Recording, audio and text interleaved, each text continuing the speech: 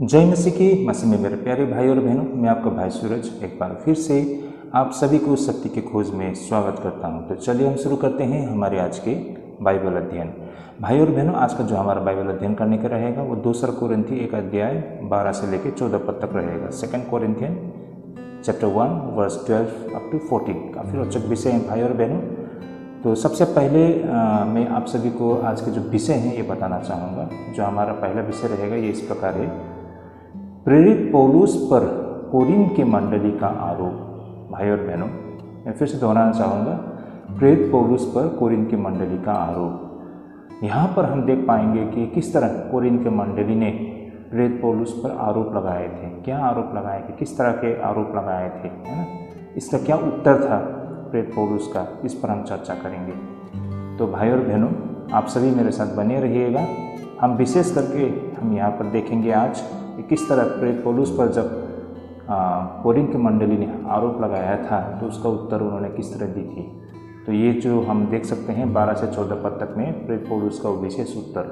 आइए हम वचन को पढ़ लेते हैं। 2 कोरिन्थी 1 अध्याय 12 से लेकर 14 पद तक। तो वचन यहाँ पर इस प्रकार लिखा है, क्योंकि हम अपने विवेक की इस गवाही पर घमंड करते हैं कि जगत में और विशेष करके तुम्हारे बीच हमारा चरित्र परमेश्वर की योग्य ऐसी पवित्रता और सच्चाई सहित था, जो शारीरिक ज्ञान से नहीं परंतु परमेश्वर के अनुग्रह के साथ था। हम तुम्हें और कुछ नहीं लिखते, केवल वो जो तुम पढ़ते या मानते भी हो, और मुझे आशा है कि अंत तक भी मानते रहोगे, जैसा तुम में से कितनों ने मान लिया है कि हम तुम्हारे घमंड का कारण हैं, वैसे तुम भी प्रभु यीशु के दिन हमारे लिए घमंड का कारण ठहरोगे। आमीन। भाई और बहनों, यहाँ से हम समझने लगते हैं कि कुरिन्थियों के लोगों ने प्रेरित पौलुस पर किस तरह के आरोप लगाए थे और कैसे वे उसकी बदनामी करने के लिए कोशिश कर रहे थे। भाई और बहनों, इन वाक्यों को पढ़ने पर हमें धीरे धीरे समझ में आने लगता है कि लोग प्रेरित पौलुस के विषय में क्या क्या गलत बातें फैला रहे थे। आइए पहले हम इस पैसेज के शाब्दिक अर्थ को समझने के लिए प्रयास करते हैं। तो भाई और बहनों, यहाँ से हम समझने लगते हैं कि कुरिन्थियों के लोगों ने प्रेरित पौलुस पर किस तरह के आरोप लगाए थे और कैसे वे उसकी बदनामी करने के लिए कोशिश कर रहे थे। भाई और बहनों, आमतौर पर हमें ऐसा लगता है कि बाइबल में जो प्रेरित पौलुस कह रहे हैं, उन्होंने जो लिखा है, इससे ऐसा लगता है कि वो बहुत ही आराम से विश्वासियों के साथ मिलजुल कर सेवकाई कर रहे थे। लेकिन भाई और बहनों, जब हमें बाइबल अध्ययन करने पर समझ में आती है कि वास्तव में हकीकत क्या था, है। तो भाई और बहनों, यही कारण बाइबल अध्ययन जब हम कहते हैं तो ये व्यवहारिक अध्ययन होता है, जहाँ से हम वास्तविक घटनाओं को समझने के लिए प्रयास करते हैं। और इसी तरह भाई और बहनों, कुरिन्थ के इस पत्री को अध्ययन करने पर हमें पता चलता है कि प्रेरित पौलुस जैसे महान परमेश्वर के जन को भी मंडली ने उनका विरोध किया था। जिस तरह आज के समय में भी हमको बहुत सारे मंडली में फूट दिखती है, बहुत सारे लोग अपने अगुआ का विरोध करते हैं, उनकी बातें सुनना नहीं चाहते, उन पर आरोप लगाते हैं। ये कोई नई बातें नहीं है।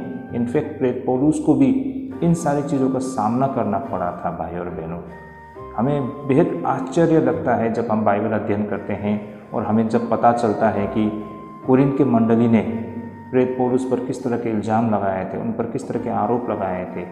बहुत ही आश्चर्य लगता है। तो भाई और बहनों, आप सभी मेरे साथ बने रहिए। इन बाइबल अध्ययन के माध्यम से हम समझ पाएंगे कि कोरिन्थ के मंडली ने प्रेरित पौलुस पर किस तरह के आरोप लगाए थे। इन वाक्यों को हम जब पढ़ते हैं तो हमें धीरे धीरे समझ में आने लगता है कि लोगों ने प्रेरित पौलुस के विषय में क्या क्या गलत बातें फैला रखे थे। आइए पहले हम इस पैसेज के शाब्दिक अर्थ को समझने के लिए प्रयास करते हैं। कुछ कुरिन्थ के मसीह ईसाई लोग प्रेरित पौलुस के विषय में बुरी बातें कहने लगे थे। प्रेरित पौलुस ने उनसे वादा किया था कि वह उनसे मिलने आएंगे, लेकिन वे वहां नहीं गए। कुरिन्थ की पहली पत्री लिखने के बाद वह उनसे मिलने के लिए गया, लेकिन यह मुलाकात बहुत ही दुखदायी रही। असल में उन्होंने पहले से यह योजना नहीं बनाई थी कि वो वहाँ जाएंगे।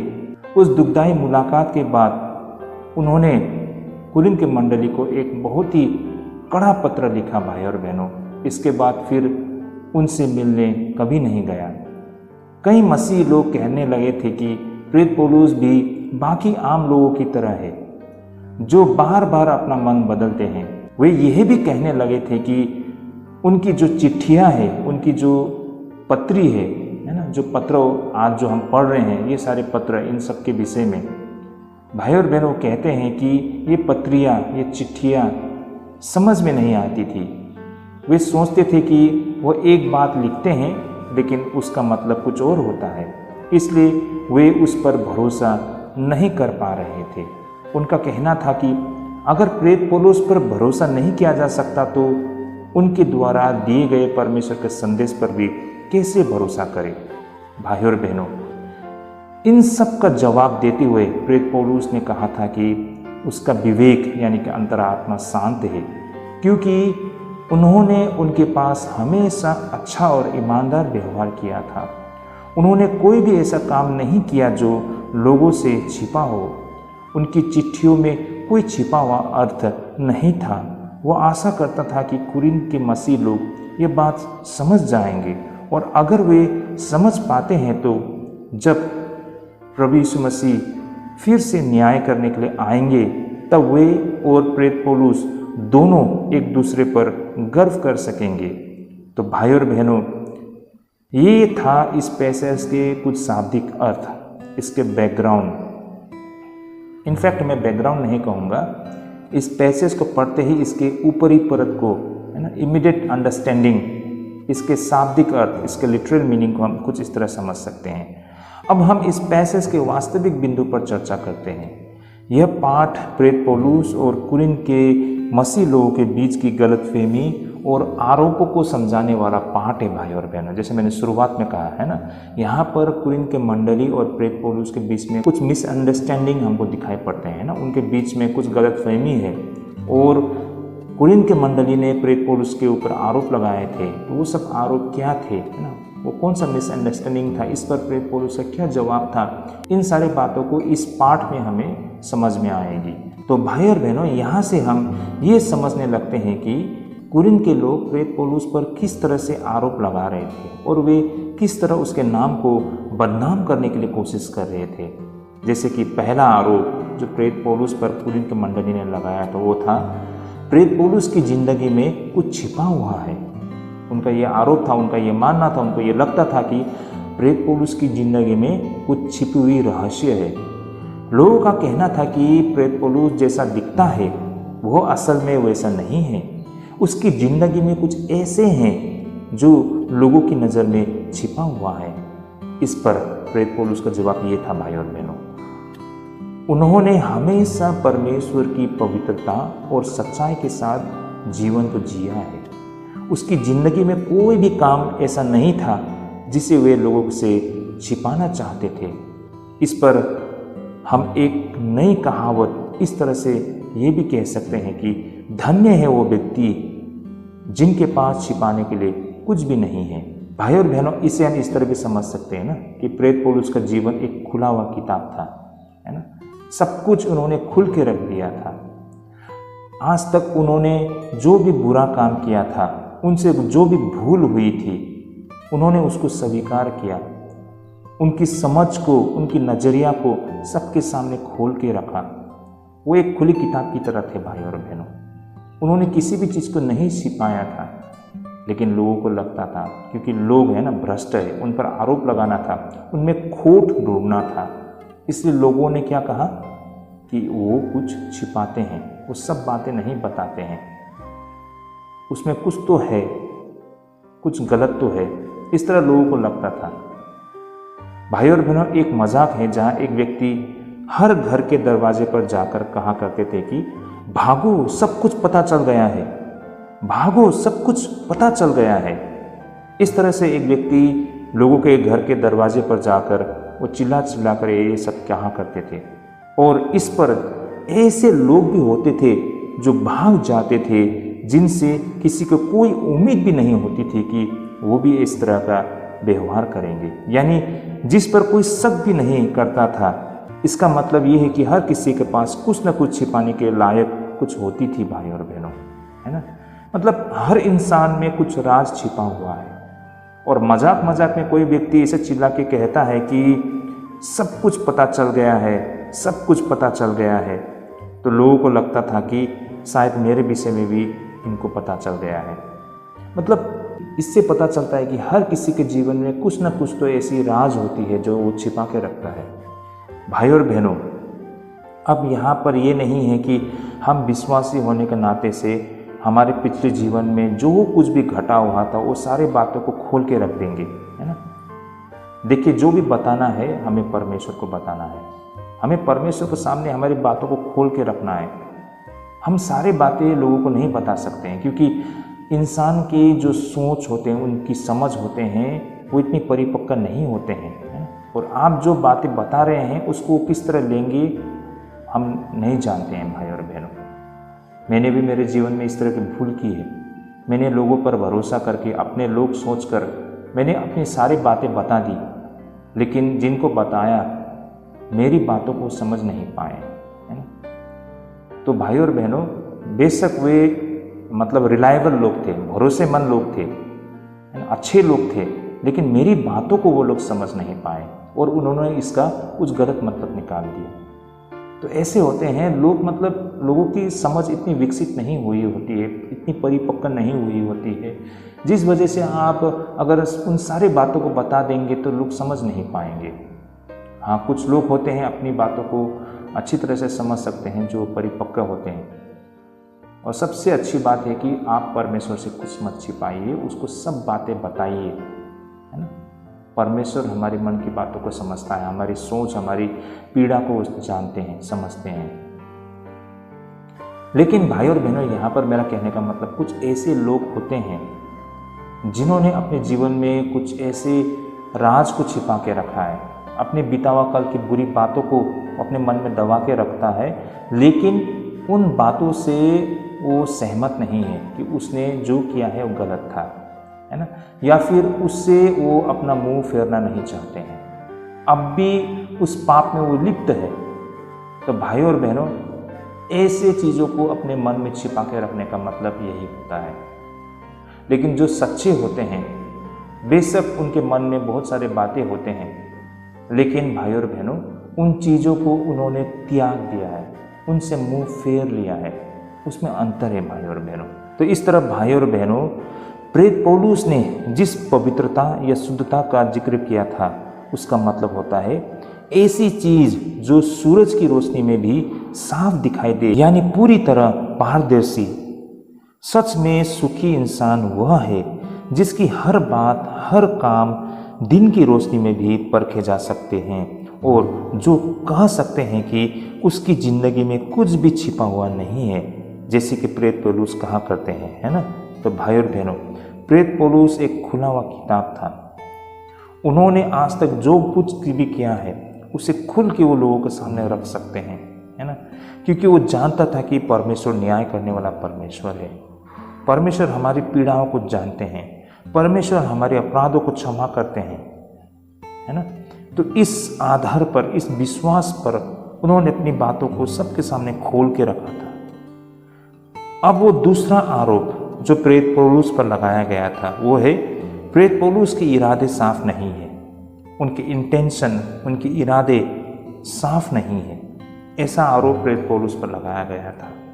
कुछ लोग कह रहे थे कि प्रेरित पौलुस के कामों के पीछे छिपे हुए स्वार्थ है, मतलब वो जो कुछ भी करते हैं, भले ही दिखने में अच्छा लगते हैं, वो अच्छा काम करते हैं, लेकिन इसके पीछे उनका स्वार्थ है। कहने का तात्पर्य भाई और बहनों, उनके कार्य के पीछे कुछ चालाकी है और योजना, है ना, उनके कार्य के पीछे कुछ चालाकी और योजना चल रही है। इस पर प्रेरित पौलुस का जवाब था, उसका सारा व्यवहार किसी चालाक दिमाग से नहीं बल्कि परमेश्वर की कृपा से प्रेरित है। भाई और बहनों, यहाँ पर प्रेरित पौलुस का जवाब उन लोगों को ये था कि उनका सारा व्यवहार, उनका सारा योजना, उनका सारा कार्य किसी चालाकी का ये नतीजा नहीं है, बल्कि ये परमेश्वर की कृपा से प्रेरित है। वो जो कुछ भी करते हैं, परमेश्वर ने उन्हें प्रेरणा दी है। वो इंस्पायर होकर ये सब कर रहे हैं, इसके पीछे कोई स्वार्थ नहीं है। भाई और बहनों, हम इंसान भ्रष्ट है ना, हम इंसान ऐसे ही होते हैं। हम जो कुछ भी करते हैं हम अपने फ़ायदे के लिए करते हैं। इसलिए हमें ऐसा लगता है कि अगर कोई व्यक्ति अच्छा काम भी करता है तो ऐसा लगता है कि उसके पीछे उसका कुछ स्वार्थ होगा। मैंने अपने जीवन में भी इस तरह के अनुभव की है। मैंने जीवन में कई बार दिल खोल के सच्चाई से, ईमानदारी से वो सब काम किया है, लेकिन लोगों को लगता है कि एक इंसान इतना अच्छा कैसे हो सकता है, इतनी अच्छी तरीके से कैसे कर सकता है। नहीं, ये नहीं हो सकता है। ये सब वो जो कर रहा है दिखावा है या फिर वो अपने फ़ायदे के लिए कर रहा है। भाई और बहनों, ऐसा लोगों का आरोप मेरे जीवन में मुझ पर भी लगाया गया था। तो भाई और बहनों, कुछ इसी तरह है जो प्रेरित पौलुस पर भी इंसान के भ्रष्ट सोच के कारण उन पर यह आरोप लगाया गया था। तो इस तरह भाई और बहनों, प्रेरित पौलुस की ज़िंदगी में कोई भी छिपे हुए इरादे नहीं थे। भाई और बहनों, हम कोई भी काम क्यों ना करें तो भी उसमें कहीं ना कहीं ये बातें भी जुड़ी होती है कि जैसे अपनी छवि बनाना या फिर दिखावा करना हो ना, चालाकी या फिर दूसरों को खुश करने की कोशिश। मैंने जैसे शुरुआत में कहा है ना, हम इंसान भ्रष्ट है। हम जो भी करते हैं इसके पीछे कोई मकसद होता है, बहुत समय पर बुरा मकसद है ना। भले ही वो अच्छा काम कर रहा है, लेकिन भाई और बहनों, उसका करने के पीछे का उद्देश्य क्या, मकसद क्या है?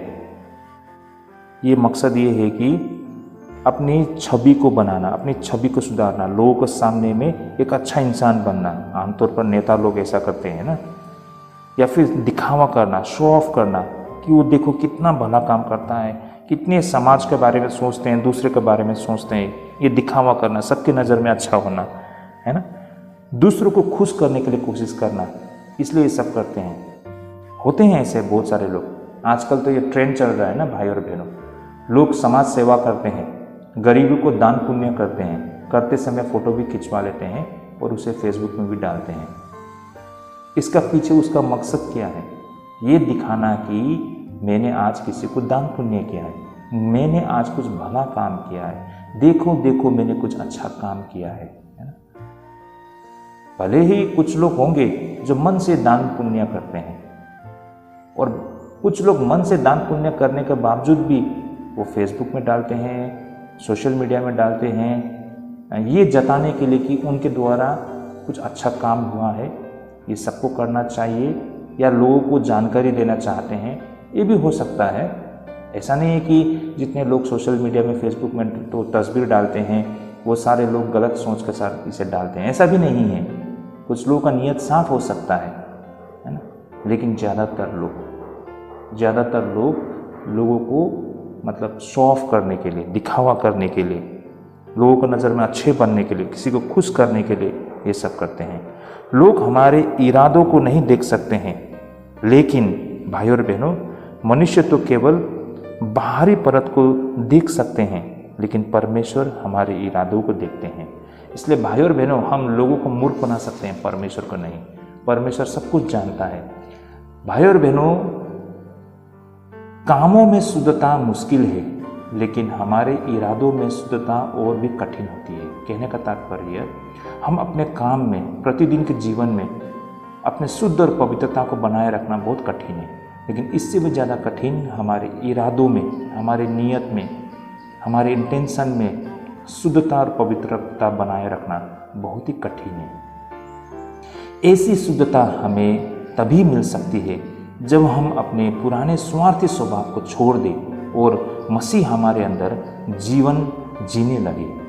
मतलब मसीह में रहकर ही हम उस शुद्ध और पवित्र जीवन को जी सकते हैं। तो भाई और बहनों, ये दूसरा आरोप था प्रेरित पौलुस के ऊपर, जिनका उत्तर उन्होंने दिया था। उनके जीवन से ये सब कुछ हम समझ सकते हैं। तीसरा आरोप जो प्रेरित पौलुस पर लगाया गया था वो इस प्रकार है कि प्रेरित पौलुस जो लिखते हैं उनका मतलब कुछ और होती है। मतलब प्रेरित पौलुस जो लिखते हैं अपने पत्रियों में, उसका अर्थ कुछ होता है। कुछ लोग यह कह रहे थे कि प्रेरित पौलुस की पत्रियाँ स्पष्ट नहीं होती है, वो जो लिखते हैं उसका मतलब कुछ और होती है। इस पर प्रेरित पौलुस का जवाब उन लोगों को ये था कि उसकी बातों में कोई भी छिपा अर्थ नहीं होती है। देखा जाए तो शब्द बड़ी अजीब चीज़ होती है। इंसान उनका इस्तेमाल अपने मन की बातें बताने के लिए भी किया करते हैं। और कभी कभी अपनी सच्चाई छिपाने के लिए भी।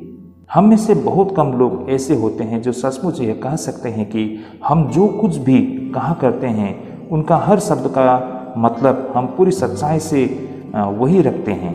भाई और बहनों, क्योंकि कई बार हम कुछ इसलिए कहते हैं क्योंकि वह कहना उचित लगता है, या फिर हम दूसरों से अच्छा संबंध बनाए रखना चाहते हैं, या फिर इसलिए कि हम कोई परेशानी या फिर विवाद टालना चाहते हैं। तो हम जो भी कुछ भी कहते हैं उसके पीछे का हमारा कुछ सोच होती है। भाई और बहनों, याकूब 3:2 में कहा गया है ना, अगर कोई अपनी बातों में कभी गलती नहीं करता है तो वह एक परिपूर्ण इंसान है ना। परफेक्ट इंसान, परफेक्ट व्यक्ति ही अपनी बातों में गड़बड़ी नहीं करती है। लेकिन प्रेरित पौलुस के जीवन में कोई भी छिपे हुए काम नहीं थे, या फिर छिपे हुए इरादे नहीं थे, या फिर छिपे हुए अर्थ भी नहीं थे। वास्तव में वह एक ऐसा आदर्श व्यक्ति है जिसकी ओर हम सबको बढ़ना चाहिए। भाई और बहनों, अंततः ये पाठ हमें ये सिखाता है कि सच्चा इंसान वह है जो पूरी पारदर्शिता से जिए, जिसके इरादे साफ हो और जो अपनी बातों में ईमानदार हो। ये बातें भाई और बहनों न केवल मसीह विश्वास रखने वालों के लिए बल्कि हर इंसान के लिए प्रेरणादायक है, चाहे उसका कोई भी धर्म या विश्वास हो। तो भाई और बहनों, आई होप ये बातें आप लोग यहाँ तक समझ पा रहे होंगे आज के इस पाठ से कि किस तरह प्रेरित पौलुस के ऊपर इल्ज़ाम लगाए थे, है ना, उन पर आरोप लगाए थे, तो उनका उत्तर प्रेरित पौलुस ने किस तरह दी थी। तो आई होप यहाँ तक आप सभी इस विषय को समझ पा रहे होंगे। तो प्रभु इस विषय के द्वारा आप सभी को ढेरों आशीष करे। अब हम आगे बढ़ते हैं हमारे आज के दूसरे विषय की ओर। तो भाई और बहनों, आज का हमारा दूसरा विषय अध्ययन करने का रहेगा, जो कि हम अध्ययन करेंगे आज 2 कोरिन्थी 1:15 से लेकर 22 पद तक में। भाई और बहनों, काफ़ी रोचक विषय हैं और एक नज़र से कंटिन्यूएशन है। इससे पहले जो हमने विषय लिए थे उस विषय का ये कंटिन्यूएशन है। 2 कोरिन्थी 1:15 से लेकर 22 तक में विषय हैं, प्रेरित पौलुस के द्वारा दिए गए परमेश्वर के संदेश पर भरोसा किया जा सकता है। भाई और बहनों, ये विषय है हमारा, प्रेरित पौलुस के द्वारा दिए गए परमेश्वर के संदेश पर भरोसा किया जा सकता है। तो भाई और बहनों, लोग प्रेरित पौलुस के ऊपर आरोप लगा रहे थे, उन पर विश्वास नहीं कर रहे थे। तो प्रेरित पौलुस पर जब विश्वास नहीं करते हैं तो उनके दिए हुए शिक्षा, उनके दिए हुए वचन पर, संदेश, उस पर क्या भरोसा कर सकते हैं? ऐसा कुछ लोगों को लग रहा था। इस पर आज हम अध्ययन करने जा रहे हैं। मैंने जैसा कहा, वचन लिया है 2 कोरिन्थी 1:15 से लेकर 22 पद तक में। मैं इसे पढ़ना चाहूँगा। यहाँ इस प्रकार लिखा है, और इस भरोसे से मैं चाहता था कि पहले तुम्हारे पास आऊँ कि तुम्हें एक और दान मिले, और तुम्हारे पास से होकर मकिदुनिया को जाऊँ, और फिर मकिदुनिया से तुम्हारे पास आऊँ और तुम मुझे यहूदिया की ओर कुछ दूर तक पहुँचाओ। इसलिए मैंने जो यह इच्छा की थी, तो क्या मैंने चंचलता दिखाई? या जो कहना चाहता हूँ, क्या शरीर के अनुसार करना चाहता हूँ कि मैं बात में हाँ भी करूँ और ना, और नहीं भी करूँ? परमेश्वर सच्चा गवाह है कि हमारे उस वचन में जो तुमसे कहा हाँ और नहीं, दोनों पाई नहीं जाती, क्योंकि परमेश्वर का पुत्र यीशु मसीह, जिसका हमारे द्वारा अर्थात मेरे और सिलवानुस और तीमुथियुस के द्वारा तुम्हारे बीच में प्रचार हुआ, उसमें हाँ और नहीं दोनों न थी, परंतु उसमें हाँ हुई, क्योंकि परमेश्वर की जितनी प्रतिज्ञाएं हैं वे सब उसी में हाँ के साथ है। इसलिए उसके द्वारा आमीन भी हुई कि हमारे द्वारा परमेश्वर की महिमा हो, और जो हमें तुम्हारे साथ मसीह में दृढ़ करता है और जिसने हमें अभिषेक किया वही परमेश्वर है, जिसने हम पर छाप भी कर दी है और बयाने में आत्मा को हमारे मनों में दिया। भाई और बहनों, यहाँ पर कुछ विशेष बातें, जैसे कि आमेन, यहाँ पर आमेन कहा गया है, और यहाँ पर बताया गया है कि अंतिम में 22 पद में ना कि क्या कहा गया है, बयाने में आत्मा को हमारे मनों में दिया है। तो बयाने में आत्मा को हमारे मनों में दिया, इसका मतलब क्या? ये सारे बातें भी हम समझने के लिए प्रयास करेंगे। तो भाई और बहनों, थोड़ी गहरी है विषय, आप सभी ध्यानपूर्वक इसे सुनते रहिए, वरना हम कड़ी को नहीं जोड़ पाएंगे। भाई और बहनों, इस हिस्से को पहली नज़र में समझना थोड़ा मुश्किल लग सकता है। इसके पीछे एक आरोप छिपा है जो लोगों ने प्रेरित पौलुस पर लगाया था, क्योंकि प्रेरित पौलुस ने पहले कहा था कि वह कोरिन्थ की कलीसिया में आएंगे, लेकिन वहाँ का माहौल बहुत तनावपूर्ण और कड़वा हो गया था। इसलिए उसने अपनी यात्रा टाल दी थी ताकि वहाँ जाकर किसी को दुख ना पहुँचाए। जैसे कि हम यहाँ पर 23 पद में ही हम देख पाते हैं ना, 23 पद 1 अध्याय 23 पद है ना, 2 कोरिन्थ 1 अध्याय 23 पद, जैसे यहाँ लिखा है, मैं परमेश्वर को गवाह करता हूँ कि मैं अब तक कोरिन्थ में इसलिए नहीं आया कि मुझे तुम पर तरस आता था। तो भाई और बहनों, यहाँ पर प्रेरित पौलुस इसलिए नहीं गए थे, वहाँ पर बहुत माहौल तनाव हो गया था उनके बीच। लेकिन जैसे ही उसने ऐसा किया, उसके विरोधियों ने उस पर आरोप लगाना शुरू कर दिया। भाई और बहनों, उन्होंने कहा प्रेरित पौलुस तो ऐसे व्यक्ति है जो बिना सोच समझ के वादे क्या करते हैं। वो एक बार हाँ कहते हैं फिर ना कहते हैं, इस पर भरोसा नहीं किया जा सकता। फिर उन्होंने इससे भी आगे बढ़कर उनके विषय में कहा कि अगर प्रेरित पौलुस की रोज़मर्रा की बातों पर भरोसा नहीं किया जा सकता तो हम उसके द्वारा परमेश्वर के विषय में कही गई बातों पर कैसे भरोसा कर सकते हैं।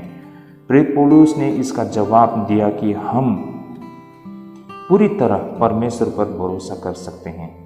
यीशु मसीह में कोई दो राय नहीं है। वो कभी हाँ और कभी ना नहीं कहते हैं। वो सच्चे हैं और हमेशा अपने वादों पर कायम रहते हैं।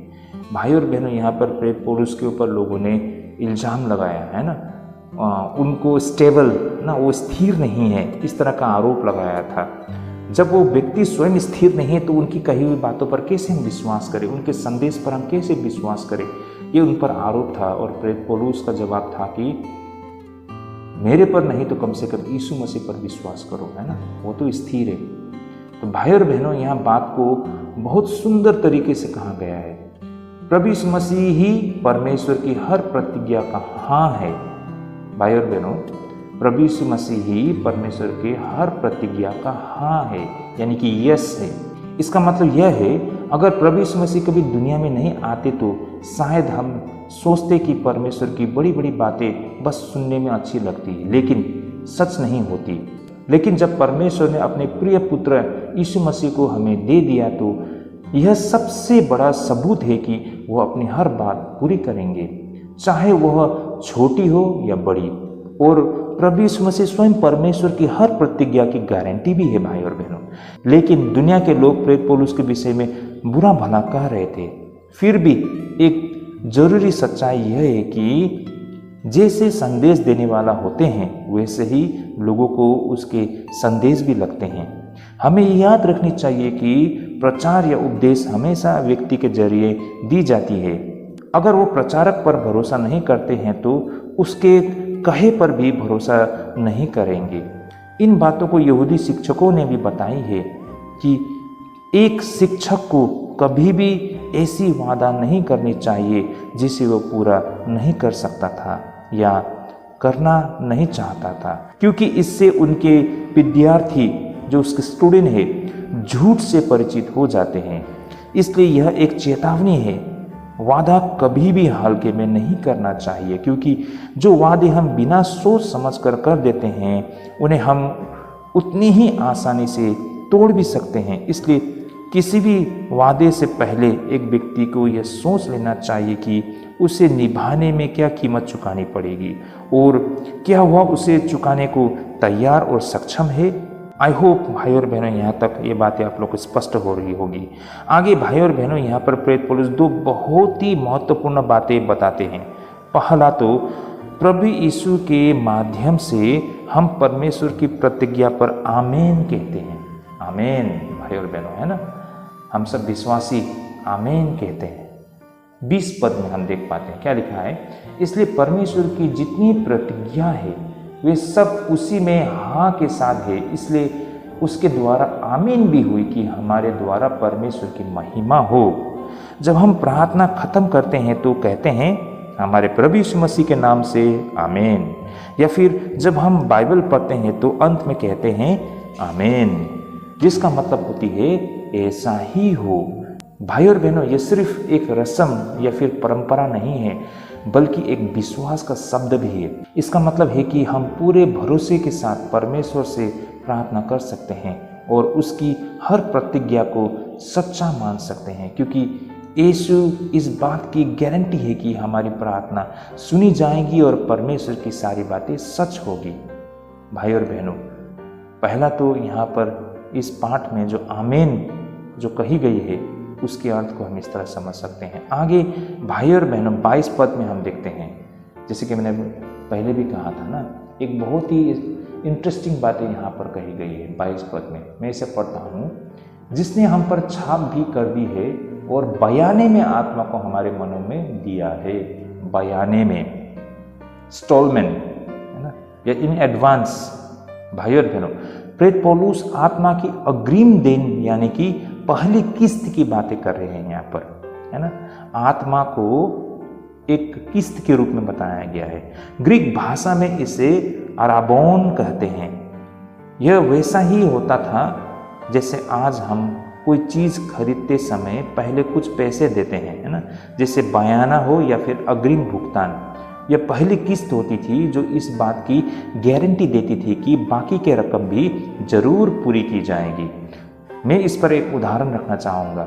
एक महिला जो गाय बेच रही थी और उसे इसके लिए 10,000 रुपया अग्रिम में मिलती है, इन एडवांस ना, कह सकते हैं इसे एक बयाना या फिर एडवांस पेमेंट बोल सकते हैं।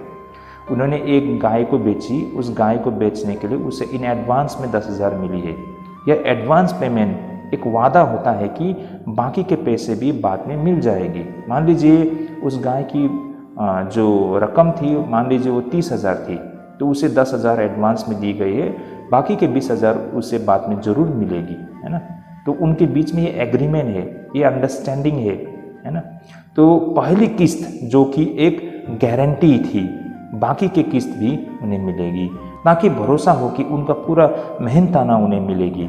और एक प्रतीकात्मक भुगतान जो ये भरोसा देता है कि पूरा समझौता निभाया जाएगा। उनके बीच में जो एक अंडरस्टैंडिंग है, ये बयाना उसका एक प्रतीक है ना। अब यहाँ पर प्रेरित पौलुस कहते हैं कि पवित्र आत्मा परमेश्वर की ओर से हमें अरबोम के रूप में मिली है, यानी कि एडवांस पेमेंट, है ना, एडवांस बयाना के रूप में पवित्र आत्मा हमें मिली है। तो उसका अर्थ यह है कि पवित्र आत्मा की मदद से जो जीवन हम अभी जीते हैं वो स्वर्गीय जीवन की एक झलक मात्र है, उसकी पहली किस्त। यह हमें इस भरोसा दिलाता है कि आगे चलकर हमें वह पूरा और परिपूर्ण जीवन भी मिलेगी जो परमेश्वर ने हमें वादा किया है।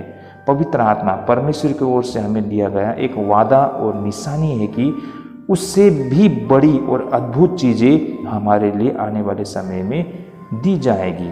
तो भाई और बहनों, अंततः इस पाठ से हम जो समझ सकते हैं, इसे हम इस तरह समराइज कर सकते हैं कि परमेश्वर सच्चा है, उसका हर वादा यीशु में पूरा होता है। भले ही हम इंसान, हमारी बातें हाँ ना हो सकती है, हम एक दूसरे पर भरोसा नहीं कर सकते हैं, लेकिन परमेश्वर पर हम भरोसा कर सकते हैं। परमेश्वर की कही हुई बातों पर हम भरोसा कर सकते हैं। और यहाँ पर प्रेरित पौलुस अपनी बातें नहीं, परमेश्वर की बातों को रख रहे थे और लोगों को परमेश्वर पर भरोसा रखनी चाहिए। प्रेरित पौलुस की तरह हमें भी भरोसेमंद और सच्चे बनना चाहिए। पवित्र आत्मा हमारे जीवन में परमेश्वर की मुहर और गारंटी है कि आगे चलकर हमें और भी महान आत्मिक आशीषें मिलेगी। तो भाई और बहनों, यहाँ पर उन लोगों का आरोप था। क्या आरोप था आपको? यहाँ पर प्रेरित पौलुस के ऊपर कुरिन्थ की मंडली का आरोप था कि प्रेरित पौलुस के द्वारा दिए गए परमेश्वर के संदेश पर भरोसा किया जा सकता है, क्योंकि उनको प्रेरित पौलुस के ऊपर शंका थी। लेकिन भाई और बहनों, हम इंसान हैं, हम एक दूसरे पर भरोसा न करें, हम में घटी कमी हो, लेकिन हम परमेश्वर पर भरोसा कर सकते हैं। और हम जब एक दूसरे के साथ मिलते हैं तो हम परमेश्वर के वचन को कहा कर सकते हैं, या फिर परमेश्वर के वचन पर आधार करके हम कहते हैं। तो हम अपनी बातों को नहीं रखेंगे भाई और बहनों, हमें परमेश्वर की बातों को रखनी चाहिए। तो इससे क्या होता है कि भले ही हम एक दूसरे पर भरोसा ना करें, लेकिन हम परमेश्वर के ऊपर भरोसा कर सकते हैं। तो भाई और बहनों, ये था जब प्रेरित पौलुस के ऊपर आरोप लगाया गया, उस पर भरोसा नहीं किया गया, तो प्रेरित पौलुस का इसका क्या उत्तर था, ये उत्तर को हमने यहाँ पर समझा है और ये हमारे आत्मिक जीवन के लिए भी बहुत लाभदायक है भाई और बहनों। तो आई होप आप सभी ने आज के अध्ययन को एंजॉय किया है और हम सब के आत्मिक जीवन के लिए ढेरों आशीष लेके आएंगी। तो आज के लिए हम यहीं पर स्थगित करते हैं, मिलते हैं अगले किसी इसी प्रकार की कुछ और अन्य विषय को लेकर। प्रभु तब तक आप सभी को ढेरों आशीष करें।